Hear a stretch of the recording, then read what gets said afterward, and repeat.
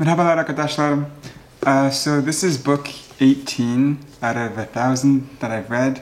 I read this book a while ago, so my brain has a bit of fog when it comes to recollecting it, but I can say it is a book that doesn't live up to the hype, but is still a good book. Now, would I reread this book? No, and there are some reasons why. So let's talk about the cons. The cons of this book are that, one, if you're someone who's already studied psychology, there are some chapters in here that you just don't need to read. He has a lot of things where he goes over theories of human nature, what the marshmallow test has to say about human nature, gives the very obvious takes, which it's a general science book or a self-help book. That's fine, right? I understand the target audience isn't someone who studied theories of human nature or psychology before, but if you are someone who is in that category, then this book is going to be really bad for you. For example, he says that self-control can be used to overcome instinctual behaviors, which is not anything groundbreaking.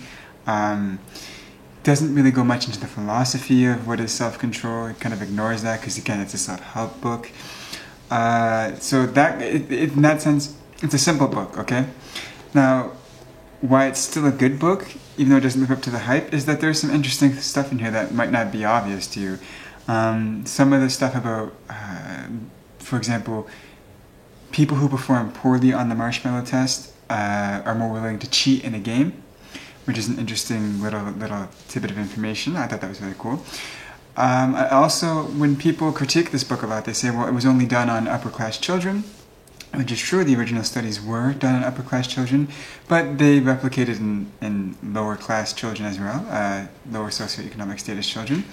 Children who were poor and also delayed gratification had higher grades on average, had more financial assets later in life, had better BMIs, stuff like this, right? All those correlations still held roughly true. The author is also very quick to, there's one criticism that's given out where it's like, oh, well, self-control isn't the engine of success. In all cases, there's the family you're born into, the luck that's given to you, and that's often a critique against the author. But if you read the book, you'll see very quickly that this isn't an argument that he actually makes. He points out that the correlations he finds are 0.4, 0.3, things like this. They're not perfect correlations, and so obviously it's more to success than just self-control.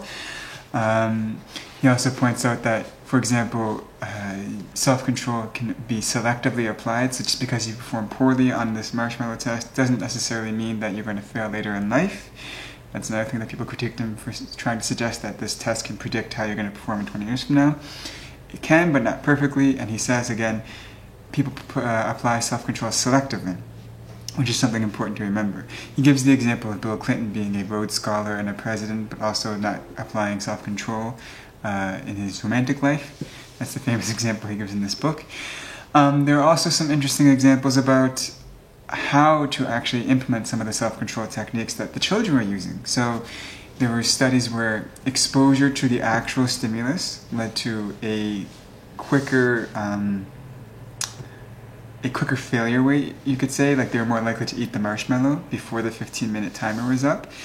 But if you were exposed to a hyper-realistic image of the marshmallow, or even a hyper-realistic image of the stimuli, you were actually more likely to not eat the marshmallow before the 15-minute marker, but you were also, on average, going to last 18 minutes as opposed to the other methods of impulse control that children used.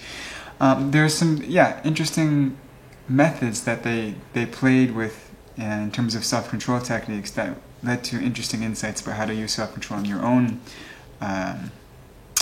circumstances. There was also one really interesting one that I thought was particularly cool because there was some evidence in neurobiology where thinking about your future self was more likely to lead you to delay gratification. But on top of that, people who had a closer connection between their own current sense of self and their future sense of self, which was, again, measured in brain activity and using correlations of like brain activation, people who have a greater sense of their self tied to their current future self were more likely to delay gratification than people who didn't have that wedding of who they are as a person right now with who they're going to be in the future. So, in other words, thinking about yourself in the future more routinely and making that habitual and almost fundamental to your self-identification is going to make you actually delay gratification on average longer, at least according to the studies.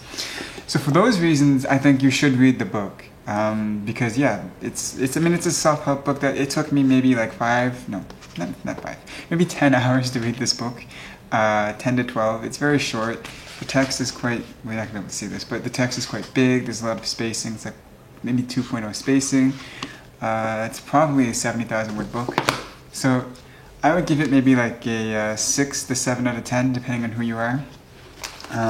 So read the book, let me know what you think. I think it was a good book, even though it didn't live up to the hype. And with that being said, tschüss.